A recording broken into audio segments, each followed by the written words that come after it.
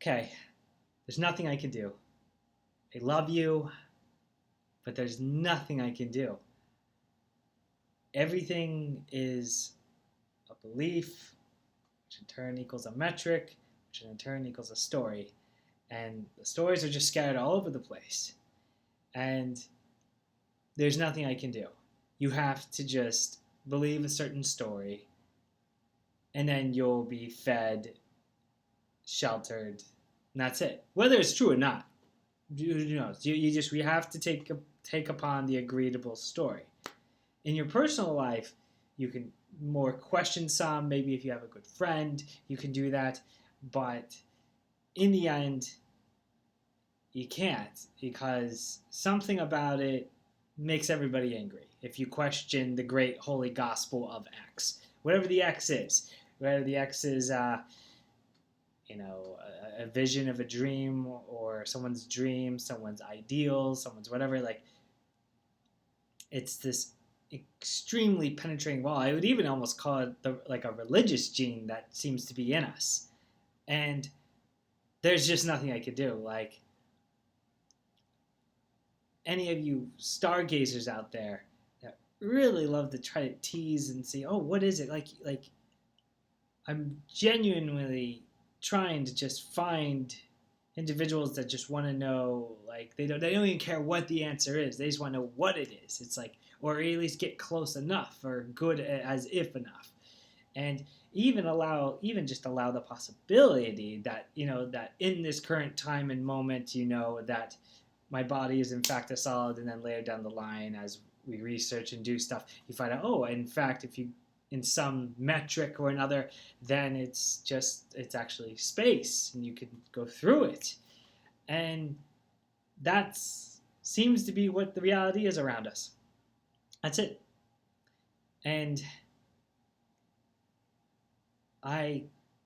it's just, I don't know what to say. Like, I'm sorry that you have to lie to survive. I'm sorry that you have to manipulate to survive. That even if there is some form of a purity in you, you have to just constantly dance around all these, like, phantoms. Like, you might live in the earth that is probably closest to hell, because it's not hell, because you can imagine hell. You're in the lake of fire and the pain just never stops. But you're in such a beautiful world. But when you go to try to look underneath it, there's just a lot, or maybe just, it's like 99% nothing. And it's very similar. It's like, you walk past so many people, you interact, you bypass. There's no depth relationship that's going to be made. There's no this or that. That's just the entropic world we live in. And whatever your desires are, likely goals, they probably are more on the miracle side, or an outlier, a significant outlier side. And the best methodology I see that you can find to obtain this dream, unless you're fine being cool with the phantoms and then you could just buy them off, and you get your high for the day, because the high it's fascinating. The high is much easier to get. Getting your, I don't know what you want to call it, the chemical boost or whatnot, it's so much easier to get. It's within the palm of your hand, versus dancing with this arbitrary, strange, like, oh gosh, a complex path to try to get something. But you have to burn through the entropy. You're probably going to have to go through 1,000 people, until you actually find one that actually can have a sense of just being able to have a form of valuing depth, or communicating with you, valuing who you are. And I don't know why it's set up that way, and we are not excluded. Like, whether we're God's children or not, or whatever, we're not excluded from this. And like, even with me on the entropic spectrum, if you said, hey, I care about airplanes, Sam, don't you? And it's like, I don't know anything about airplanes, I'm sorry. I mean, the goodness is I can give you the desire to try to learn, work with you, etc., like that. I mean, okay, I have that. There's the miracle that's within me, but I don't know anything enough about airplanes. And we could share. That's something we could do. We could share. But I'm to my fellow people that like the same thing I like, that like depth, that like, I don't know, just honesty and being okay with yeses and nos and just, you know, being okay with the idea of type 1, type 2 errors. And like, I'm sorry. I'm sorry that I couldn't find you quicker. I'm sorry that I'm still looking for you. And I don't currently have a better methodology. I mean, there is the like, oh, well, Sam, certainly there's a time in the season that you want to go and actually, play with the Phantoms. Yeah, that's called just staying alive. You have to play with the Phantoms just to live here on this planet. And I wish to keep going and to keep searching and to keep burning through the entropy. There's just so many stories. I mean, please tell me, some of you guys, girls, oh, it's like someone tells you a wild story. Maybe even I might be a wild story to you, which is totally fine. But they tell you these stories, you just think, you know, do you want to test that? But then if you guys say that, then they get mad, and then it's, oh, like, I don't know. I defaultly fall to the side and saying, I love you, and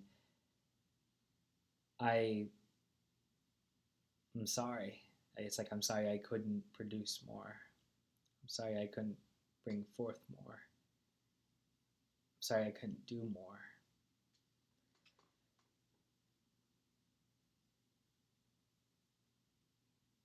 I'm just sorry. Sorry I couldn't do more. And just know that because of the entropy space you're in, just know that it's likely that when you encounter something that upsets you, it's probably, I really, really like what one of my favorite theoretical physicists said. He said that usually stuff that makes us upset or angry is just a lack of information. And honestly, with the entropic world, absolutely, the odds are so much higher. So much higher. Two ideas that could be the reasoning as to why things decide to phenotype and express the way they do is that it looks like it's possible that we just if something is different, and because everything is dangerous and mortality and entropy is just those two factors, they just accentuate existence so far that if something is slightly different, like there's the reason why like racism in the past and just things and just, or even, I don't know, even technically the existence of it now when it does exist, just why it goes haywire is because it's just difference equals unknown equals likely threat. Like, it sucks. And it's true. Like, even your fellow human being, that, you have these collective rules where we all currently trust, but in the end, even though we all follow these rules to a degree, and maybe that's the benefit or the great kind, maybe that's our up as a species, is that we at least got down, oh, maybe murder isn't such a good idea, or oh, maybe rape isn't such a good idea.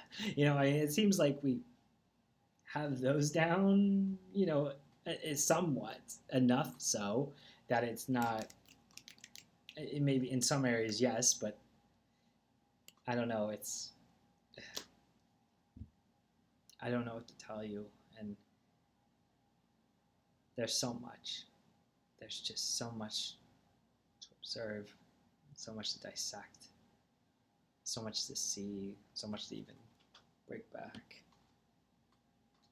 And I guess in the end, just out of the future and what might be spoken of, I'm just so sorry that you're in this world of stories, beliefs, and metrics, and people will shift and change them left and right for their own benefit. Even if win an argument against you, they'll say, "I'm fighting for blue," and then you point to the sky, that blue, and then they switch into, no, well, the blue I'm talking about is actually, to you, they'd say it's defined as looking like a red shift or just red to you, and it's I'm sorry.